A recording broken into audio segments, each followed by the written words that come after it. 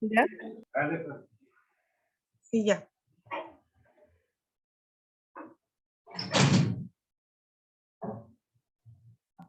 Tú me dices cuando empiece. Ya está grabando. Ya está grabando. Hola compañeros, a nosotros nos toca exponer sociedad en comandita simple, nos toca el tema 9. La sociedad en comandita simple es aquella que existe bajo una razón social y se compone de uno o varios socios comanditados o gestores o generales responsables por la administración de la empresa, incluyendo todos sus activos personales y comerciales, y de uno o varios comanditarios.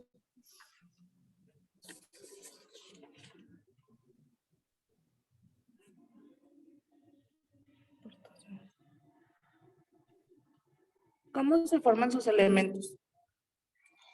La sociedad en comandita simple es la que existe bajo una razón social y se compone de uno o varios socios comanditados que responden de manera subsidiaria, ilimitada y solidariamente de las obligaciones sociales y de uno o varios comanditarios que únicamente están obligados al pago de sus aportaciones.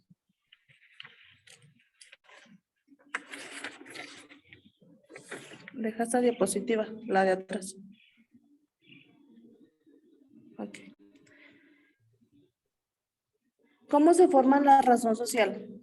La razón social se forma con los nombres de uno o de más comanditados, seguidos de las palabras y a compañía u otros equivalentes. Cuando no figuran los nombres de todos. A la razón social se le agregan siempre la palabra sociedad en comandita o sus abreviaturas en C. Dale a la otra. ¿Qué personas son las responsables?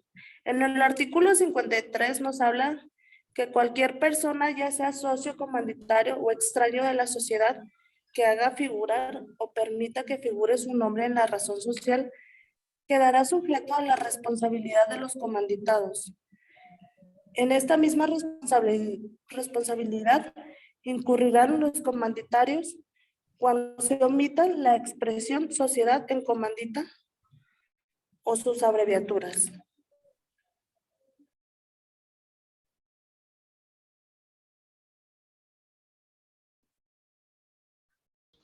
¿Cómo se constituye una sociedad mercantil? Primero que nada debes de solicitar la autorización para el uso de la denominación o razón social, que es con la cual la sociedad se va a identificar. Esta autorización se realiza de manera presencial ante la Secretaría de Economía o vía online en el nuevo módulo único de autorización de denominaciones. Después de la autorización de la Secretaría de Economía, el abogado debe de elaborar un acta constitutiva de la sociedad en función de las necesidades y objetivos de los socios.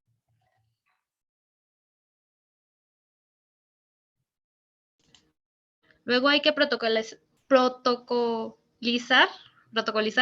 el acta constitutiva ante un notario o corredor público. Hay que registrar la sociedad ante el Servicio de Administración Tributaria SAT. Con el trámite se obtiene la cédula de identificación fiscal de la sociedad, la cual contiene el número de registro federal de contribuyentes.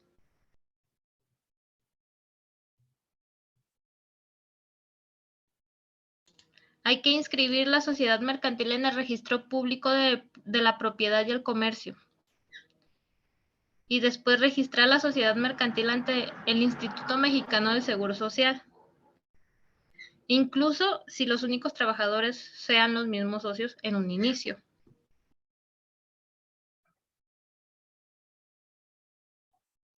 Si alguno de los socios es extranjero, un paso adicional que deberá de hacer el abogado es inscribir la sociedad mercantil en el Registro Nacional de Inversión Extranjera.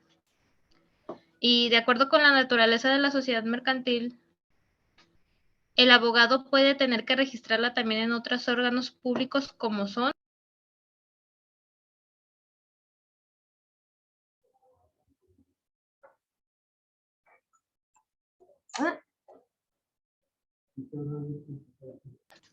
la Secretaría de Salud, la Secretaría del Trabajo y Prevención Social, la Secretaría de Agricultura y Desarrollo Rural, la Secretaría del Medio Ambiente y Recursos Naturales, o también el Instituto Mexicano de la Propiedad Intelectual.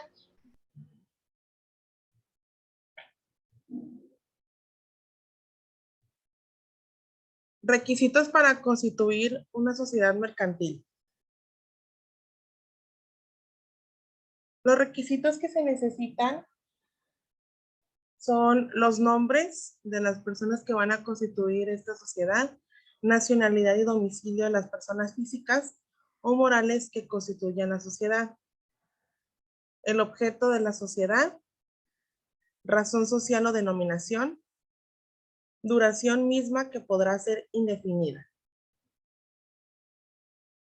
el importe del capital social, la expresión de lo que cada socio aporte en dinero o en otros bienes, el valor atribuido a estos y el criterio seguido para su valorización.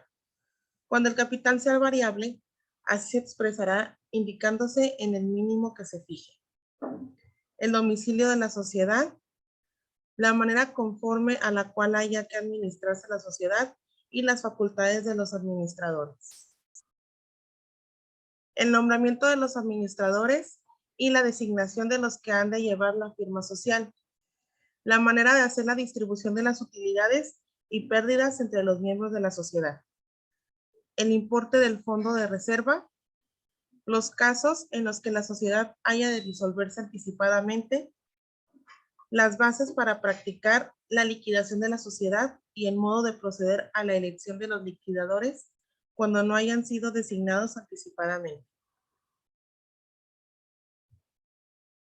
Derechos y obligaciones de los comanditados y comanditarios. En el artículo 54 nos indica que el socio o socios comanditarios no pueden ejercer acto alguno de administración, ni aun con el carácter de apoderados de los administradores. Pero las autorizaciones y la vigilancia dadas o ejercida por los comanditarios en los términos del contrato social no se reputarán en actos de administración.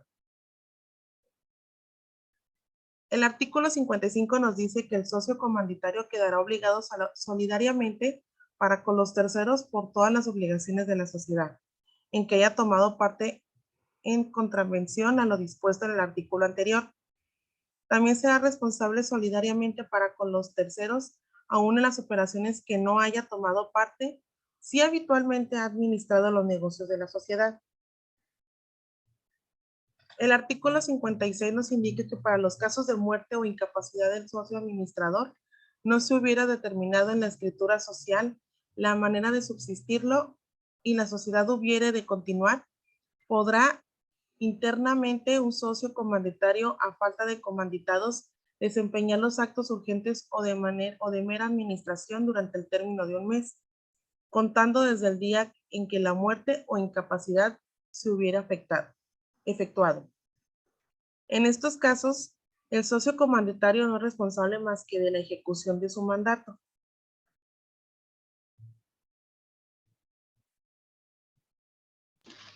Administración y representación, vigilancia y junta de socios.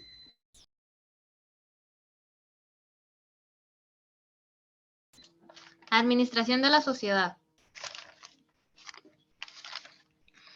La administración de la sociedad estará a cargo de uno o varios mandatarios revocables, ya sean socios o personas que pertenezcan o no a la sociedad.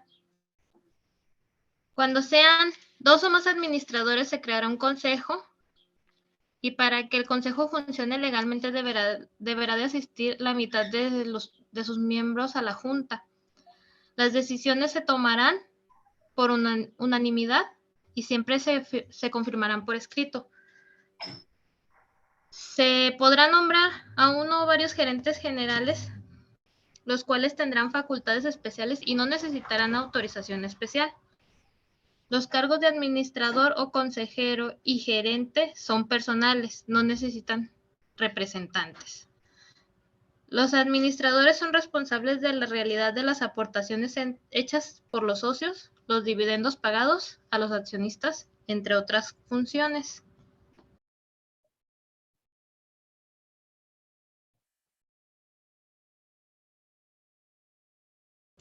Vigilancia de la sociedad.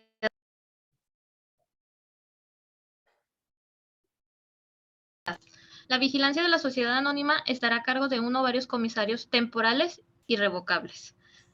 Los comisarios no podrán ser empleados de la sociedad ni parientes consanguíneos.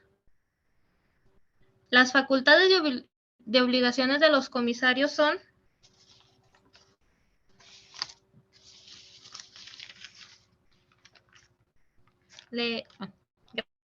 gracias.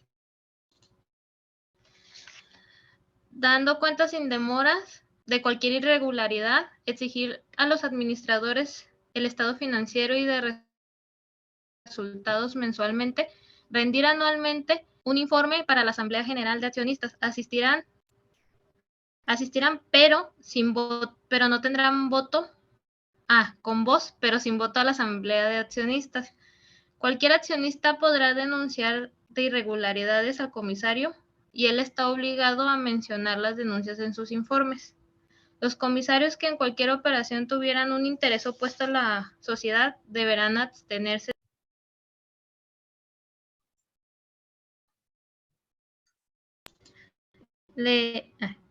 Gracias. Información financiera.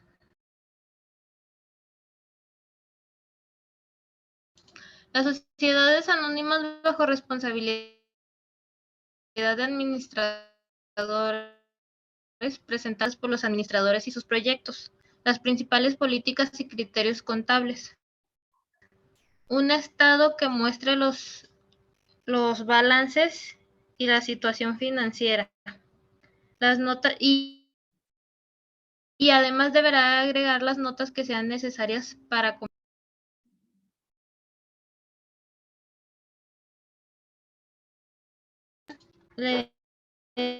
¿puedes cambiar a la diapositiva, por favor? Dicho informe deberá quedar terminado y ponerse a disposición de los accionistas por lo menos 15 días antes de la asamblea. Y 15 días después de que la Asamblea General haya aprobado el informe, deberán publicar los estados financieros y el dictamen del comisario en el diario oficial de la Federación.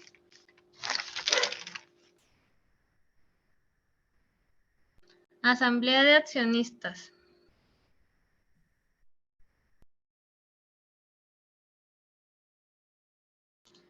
La convocatoria deberá hacerse por el administrador, el consejo o comisarios. Los accionistas que representen el 33% del capital social podrán pedir al administrador la convocatoria a una asamblea general para tratar sus peticiones. La convocatoria deberá ser anunciada 15 días antes de la fecha pactada y deberá contener la orden del día y será firmada por quien la haga. Cuando la que haya votado en contra tendrá derecho a separarse y obtendrá así un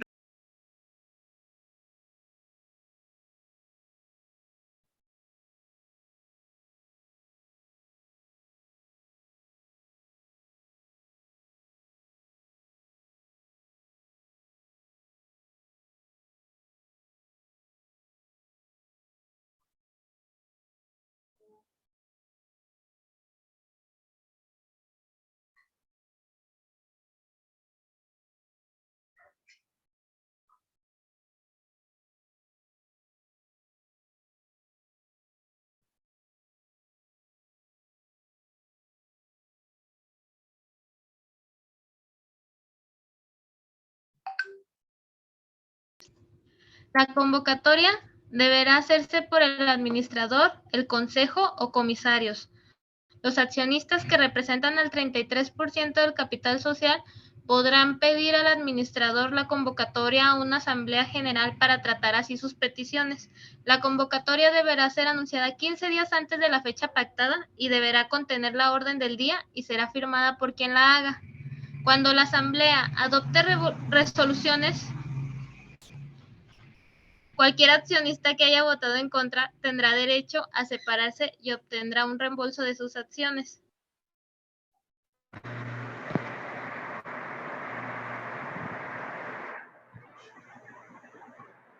Bueno, yo voy a hablar de lo que es socios extranjeros. En este caso, sí se oye, ¿verdad? Sí. Bueno, hoy en día para el desarrollo de una economía no solo es indispensable la participación coordinada y efectiva de todos los sectores que la integran, sino que también es necesario fomentar las relaciones internacionales en los aspectos políticos, culturales y comerciales. Ante esto, México ha firmado diversos tratados y acuerdos internacionales para integrarse a la globalización, a fin de generar beneficios sobre todo a la economía mediante facilidades al comercio y la inversión extranjera. Así, debido a la importancia de la inversión extranjera en el país, se integró a la legislación mexicana mediante la publicación en el Diario Oficial de la Federación, que abreviado DOF, del 27 de diciembre de 1993, la Ley de Inversión Extranjera.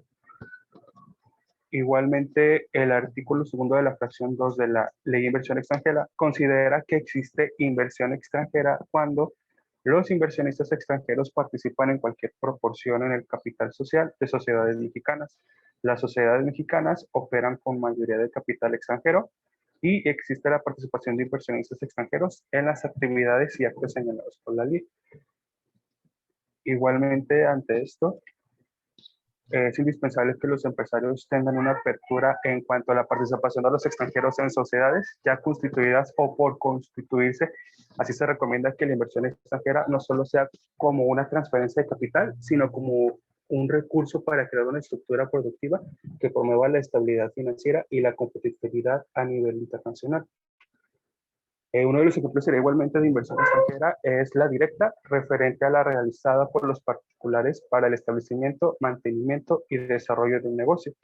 Y la indirecta, destinada a ejecutar obras de infraestructura o a la aplicación de empresas estatales de carácter industrial, por lo que es captada y utilizada por el Estado. Por nuestra parte sería todo. Les agradecemos que hayan prestado atención. Que pasen un buen día.